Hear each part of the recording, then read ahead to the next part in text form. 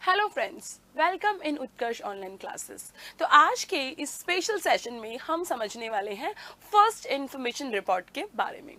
तो अब सीआरपीसी 154 में जो एफआईआर हुआ करती थी, अब वो बीते जमाने की बात हो गई है, क्योंकि अब 1 जुलाई 2024 से सीआरपीसी की जगह भारतीय नागरिक सुरक्षा संहिता यानी कि बीएनएसएस ने ले ली है। तो आज के इस सेशन में हम सेक्शन 173 जो बीएनएसएस का है और जो एफआईआर के बारे में सारी प्रोविजंस बताता है उसे डिस्कस करने वाले हैं, और इसे हम कंपैरेटिवली स्टडी करेंगे सेक्शन 154 सीआरपीसी से, ताकि पूरा कॉन्सेप्ट आपका बहुत अच्छे से क्लियर हो जाए। तो चलिए फिर शुरुआत करते हैं। तो पहले हम समझते हैं कि ये बीएनएसएस लागू होने से पहले हम सीआरपीसी को स्टडी किया करते थे section number 154। Section number 154 of CrPC जो चैप्टर नंबर 12 हुआ करता था।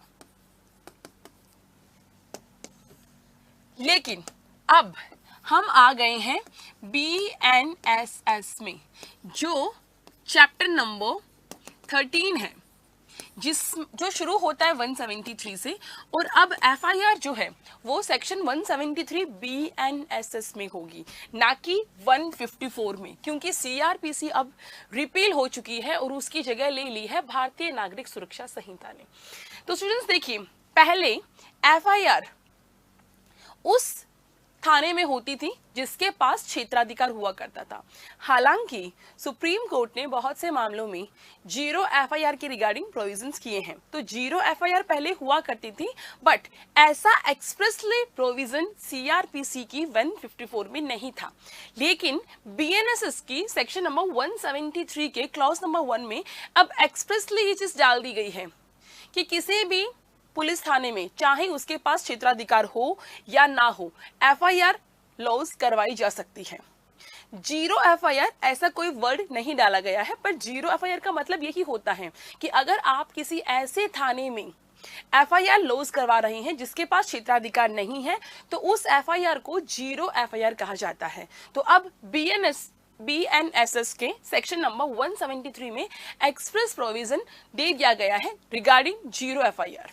दूसरी बात हम कहें, पहले एफआईआर जो है वो आप या तो ऑरली या रिटन, दो तरीके से लॉज करवा सकते थे, कि आप पुलिस थाने के बार्सदक अधिकारी को जाकर मौखिक रूप से कहते कि ये ऑफेंस हुआ है, आप मौखिक इत्तला देते और वो रिटन में लेता और आपके सिग्नेचर करवाता था, या आप पहले से लिखकर ले जाकर भी एफआईआर दे सकते थे।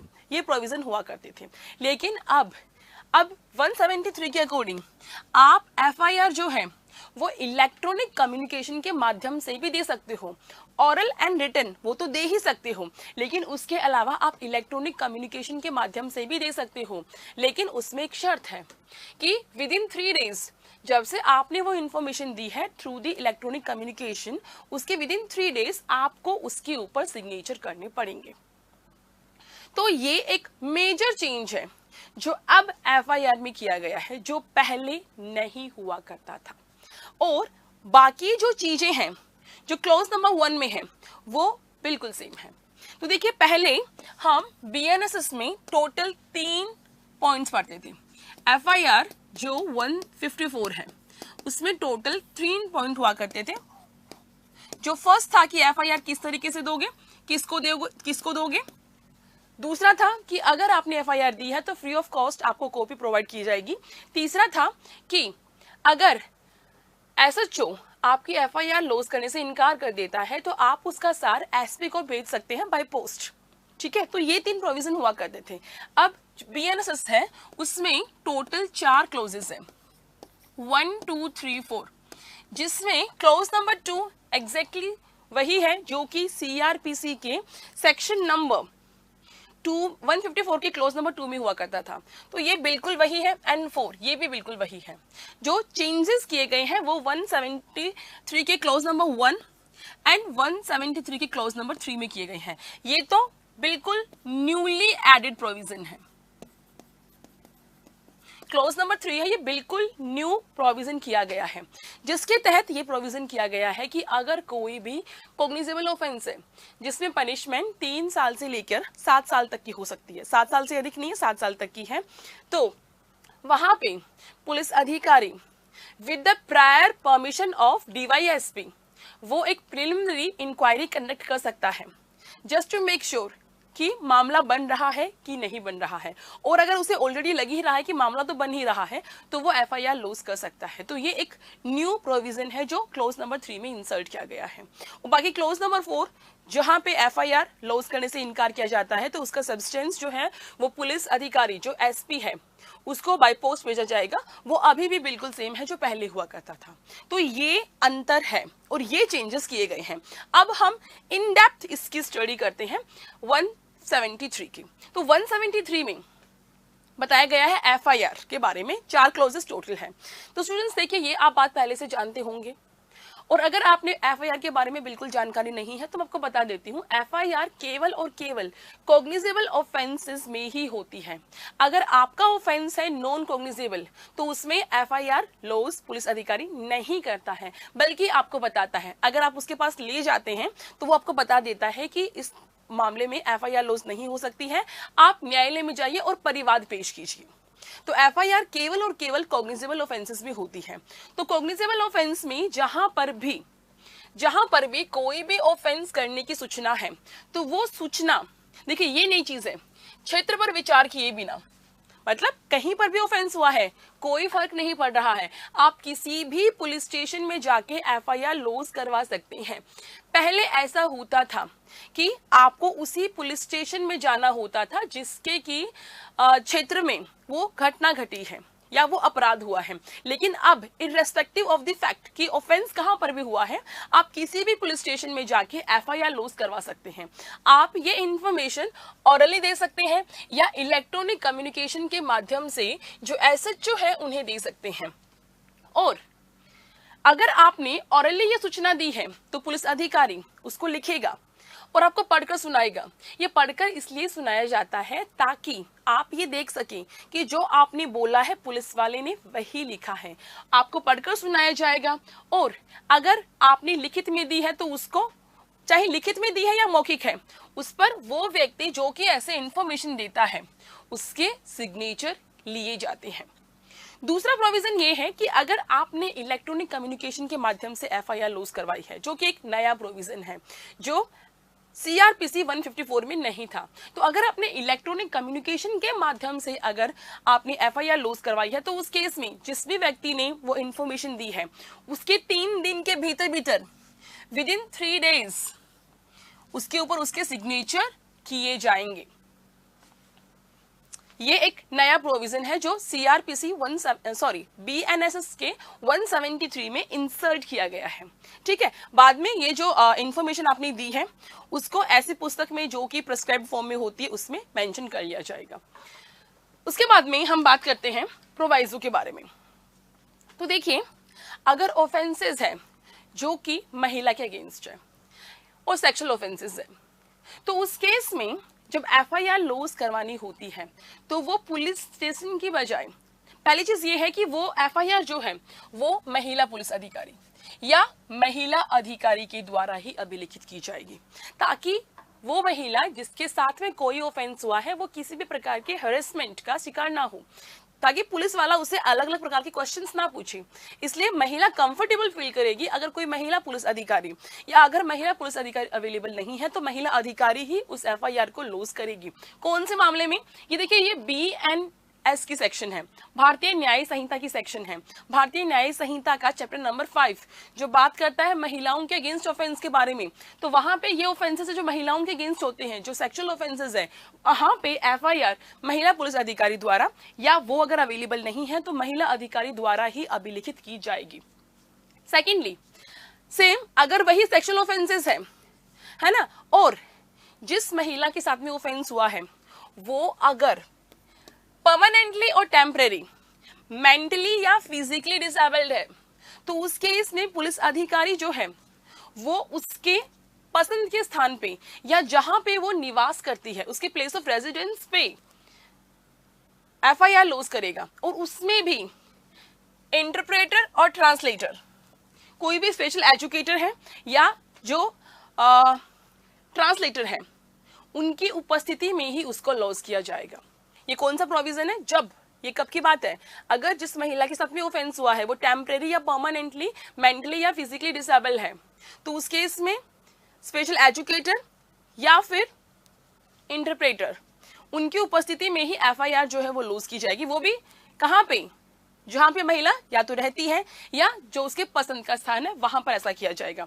और ऐसा जो भी इत्तला की है उसको जैसे लॉस किया है, उसकी पूरी वीडियो फिल्म जो है वो प्रिपेयर की जाएगी। इसके साथ में जब ऑफेंस ये हुआ है तो मैजिस्ट्रेट यथासंभव स्टेटमेंट्स जो है वो रिकॉर्ड करेगा। तो ये क्लॉज नंबर 1 है जिसमें कई सारे चेंजेस हुए हैं जो कि पहले नहीं हुआ करते थे। उसके बाद में हम आते हैं क्लॉज नंबर 2। क्लॉज नंबर 2 बात करता है कि जहां पे आपने फर्स्ट इंफॉर्मेशन रिपोर्ट दी है तो उसकी कॉपी जो है वो इन्फॉर्मेंट को, है ना, इन्फॉर्मेंट को तत्काल फ्री ऑफ कॉस्ट प्रोवाइड करवाई जाएगी।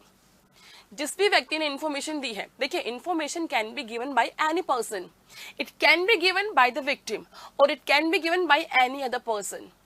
जिसका उस ऑफेंस से कोई वास्ता नहीं है वो भी एफआईआर लॉज करवा सकता है और विक्टिम स्वयं भी करवा सकता है।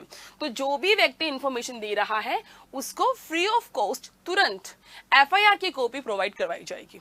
ये क्लॉज नंबर 2 है जो पहले सीआरपीसी 154 में भी बिल्कुल इसी तरीके से हुआ करता था। इसके बाद में हम आते हैं क्लॉज नंबर 3। क्लॉज नंबर 3 बात करता है कि पुलिस की जो इन्वेस्टिगेटिंग की पावर है उसको इफेक्ट किए बिना, है ना, पावर पुलिस ऑफिसर की इन्वेस्टिगेशन की जो है वो 175 में मेंशन कर रखी है, जो सीआरपीसी में 156 में हुआ करती थी। तो उस पे कोई भी नेगेटिवली इफेक्ट किए बिना अगर ऑफेंस है कॉग्निजेबल, कॉग्निजेबल भी कौन सा? वो कॉग्निजेबल ऑफेंस जिसमें सजा 3 वर्ष या उससे अधिक का है ना, किंतु 7 वर्ष से अधिक का नहीं है। तो ध्यान रखिए वो ऑफेंसेस, वो कॉग्निजेबल ऑफेंसेस जिसमें 3 साल से अधिक का सजा का प्रावधान है लेकिन 7 साल से अधिक का सजा का प्रावधान नहीं है, वहां पर जो एसएचओ है, जो थाने का भार साधक अधिकारी है, वो क्या करेगा? वो ये चीज मेक श्योर करने के लिए कि क्या वाकई में प्रिमा फसाई मामला बनता है क्या, वो विद इन 14 डेज एक प्रिलिमिनरी इंक्वायरी कंडक्ट करेगा, प्रारंभिक जांच कंडक्ट करेगा। लेकिन ध्यान रहे यहाँ पे प्रारंभिक जांच वो अपनी इच्छा से कंडक्ट नहीं कर सकता है। प्रारंभिक जांच कंडक्ट करने के लिए प्रायर परमिशन लेनी पड़ेगी। किससे? एक ऐसा अधिकारी जो उप पुलिस अधीक्षक विच मीन्स डीवाईएसपी की रैंक से नीचे का नहीं हो। तो पुलिस अधिकारी को अगर प्रिलिमिनरी इंक्वायरी करनी है टू मेक श्योर कि प्रिमा फसाई मामला बनता है कि नहीं बनता है तो उसे प्राइमरी परमिशन लेनी होगी ऐसे ऑफिसर से जो कि डीवाईएसपी की रैंक से नीचे का नहीं हो, ठीक है। या फिर वो क्या कर सकता है, यहाँ पे वर्ड यूज हुआ है या तो वो क्या करेगा, परमिशन के साथ में प्रारंभिक जांच करेगा, या फिर अगर उसे लगता है कि प्रिमा फसाई मामला बन रहा है ना, तो क्या करेगा, उस पे इन्वेस्टिगेशन प्रारंभ कर देगा। ये एक नया प्रोविजन है, ये न्यूली एडेड प्रोविजन है जो पहले सीआरपीसी में नहीं हुआ करता था। तो स्टूडेंट्स आप लोगों ने, मैं ऐसा मान के चलती हूं कि सीआरपीसी का पहले से स्टडी कर रखी होगी, और जिन्होंने पहले से स्टडी नहीं कर रखी उनके लिए तो कुछ और मुश्किलें है ही नहीं, उनको तो सब कुछ नया पढ़ना है। लेकिन जिन्होंने पहले से स्टडी कर रखी है उनको मेनली उन्हीं प्रोविजंस पे ध्यान देना है जो कि न्यू एडेड हुए हैं, क्योंकि बाकी तो सारा वही है। जैसे अपन बात करें सेक्शन नंबर 173 की, तो इसमें आपको 30% चीजें ही नई याद करनी है, बाकी 70% बिल्कुल वही है जो पहले सीआरपीसी 154 में आप पढ़ा करते थे। तो क्लॉज नंबर 1 में कुछ चेंजेस है जो आपको देखने हैं, जो बेसिकली किसके बारे में, जीरो एफआईआर के बारे में, जो एक्सप्रेसली प्रोविजन किए हैं, इलेक्ट्रॉनिक कम्युनिकेशन के बारे में, मेनली यही है। और क्लॉज नंबर 3 ये पूरा नया है, ये आपको पढ़ना है। इसके बाद हम बात करें क्लॉज नंबर 4। तो क्लॉज नंबर 4 बिल्कुल वही है जो पहले हम सीआरपीसी के 154 में पढ़ा करते थे।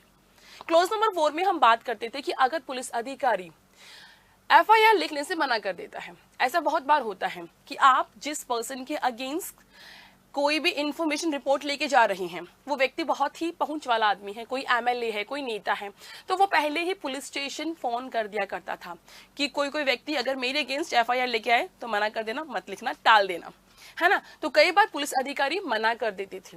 तो अगर पुलिस अधिकारी मना करता है तो आपके पास रेमेडी है, दैट आप क्या कर सकते हैं, आप एसपी को, जो पुलिस अधीक्षक है, उसको बाय पोस्ट जो भी इंफॉर्मेशन है उसका पूरा सब्सटेंस बाय पोस्ट आप उस एसपी को भेजोगे। और अगर एसपी सेटिस्फाइड है कि यस कॉग्निजेबल ऑफेंस होना प्रकट हो रहा है, ऐसा लग रहा है कि कॉग्निजेबल ऑफेंस हुआ है, तो वो या तो क्या करेगा, खुद ही मैटर में इन्वेस्टिगेशन करेगा, या फिर वो चाहें तो अपना सबऑर्डिनेट पुलिस ऑफिसर को अन्वेषण करने के लिए, इन्वेस्टिगेशन करने के लिए डायरेक्शन देगा। वो खुद भी कर सकता है या अपने सबऑर्डिनेट पुलिस ऑफिसर को भी डायरेक्शन दे सकता है कि आप इस मैटर में इन्वेस्टिगेशन कीजिए। और उसके पास में वो जो ऑफेंस है उस संबंध में उसके पास वही सारी पावर होगी जो एसएचओ के पास होती है। तो ये प्रोविजंस है जो कि सीआरपीसी 173 में किए गए हैं। स्टूडेंट्स, हालांकि ये चीज बहुत मुश्किल है कि सीआरपीसी को जल्दी से भुला दें और बीएनएसएस को जल्दी से जिंदगी में ले आए। It will take some time, है ना। अभी मुंह पे जल्दी से आईपीसी सीआरपीसी एविडेंस ही आता है ना। भारतीय न्याय संहिता, भारतीय नागरिक सुरक्षा संहिता, भारतीय साक्ष्य अधिनियम, इनको आने में थोड़ा सा टाइम लगेगा, बट हो जाएगा। तो आज के सेशन में हमने जाना है कि एफआईआर अब किस तरीके से होगी। इसको बहुत अच्छे तरीके से समझने के लिए आप इसको चार्ट फॉर्मेट में बनाइए, डायग्राम फॉर्मेट में बनाइए। पहला close, second close, 3 close, third close, fourth close. First close में क्या है कि इंफॉर्मेशन, फर्स्ट इंफॉर्मेशन किसको दोगे, एसएचओ को दोगे। किस तरीके से दोगे, या तो ऑरली या फिर इलेक्ट्रॉनिक कम्युनिकेशन के माध्यम से। और वो उसपे भी क्या होगा, उसपे भी ये भी क्या होगा, साइंड विद इन 3 days। ठीक है, साथ ही साथ यहां लिख लेना 0 एफआईआर। बाकी चीजें क्या है, वही जो पहले हुआ करती थी। क्लोज नंबर 2 में क्या है, फ्री ऑफ कॉस्ट कॉपी देनी है, कॉपी ऑफ एफआईआर। किसको, जिसने इंफॉर्मेशन दी है, चाहे वो विक्टिम हो या इन्फॉर्मेंट हो। तीसरी में क्या है, तीसरे में कॉग्निजेबल ऑफेंस है, वो भी कौन सा, 3 साल से अधिक का, 7 साल से कम का। उसमें क्या करनी है, प्री इंक्वायरी। कौन करेगा, एसएचओ करेगा। कब करेगा, with the prior permission of DySP. अगर उसे लगता है कि मामला बन रहा है कि नहीं बन रहा है, खुद को उस चीज को मेक श्योर करना है, तो वो ऐसा प्रिलिमिनरी इंक्वायरी कर सकता है। और लगता है मामला बन रहा है तो इन्वेस्टिगेशन वो कर ही देगा। फोर्थ में क्या है, अगर रिफ्यूज किया जा रहा है, if SHO refuse, then substance of FIR to SP. SP क्या करेगा, एसपी इधर इन्वेस्टिगेट, अगर उसे लगता है मामला बन रहा है तो खुद इन्वेस्टिगेट करेगा, है ना, या फिर क्या करेगा, direct to subordinate, direct to subordinate police officer. बस ये हो गई हमारी एफआईआर इन बीएनएसएस, जिसमें हमने सीआरपीसी के साथ कंपेयर करते हुए इसको पढ़ा है, ताकि जो चीजें हमें पहले से याद है वो उसको हमें यूज करना ही करना है, वो तो हमें याद रखनी है, बाकी बल्कि 2-3 चीजें हमें नहीं याद करनी है। तो स्टूडेंट्स, अभी के लिए बस इतना ही। लेकिन एक और जरूरी इंफॉर्मेशन आपके लिए कि अगर आप लोग आरजीएस मेंस की प्रिपरेशन कर रहे हैं तो आरजीएस मेंस का बैच आपके लिए अवेलेबल है, ये आप ज्वाइन कर सकते हैं। और अगर आप प्रिपरेशन कर रहे हैं एपीओ की तो एपीओ का बैच भी आप ज्वाइन कर सकते हैं। और अगर आप ज्वाइन करना चाह रहे हैं सिर्फ टेस्ट सीरीज, नो बैचेस, आपने पहले से बहुत स्टडी कर ली है, कोई बैच नहीं लेना है तो कोई बात नहीं, आप चाहें तो आप एपीओ की टेस्ट सीरीज भी परचेज कर सकते हैं। तो ये सारे ऑप्शंस आपके लिए हैं, चॉइस इज योर्स। तो अभी के लिए बस इतना ही, मिलते हैं नेक्स्ट सेशन में। Thank you.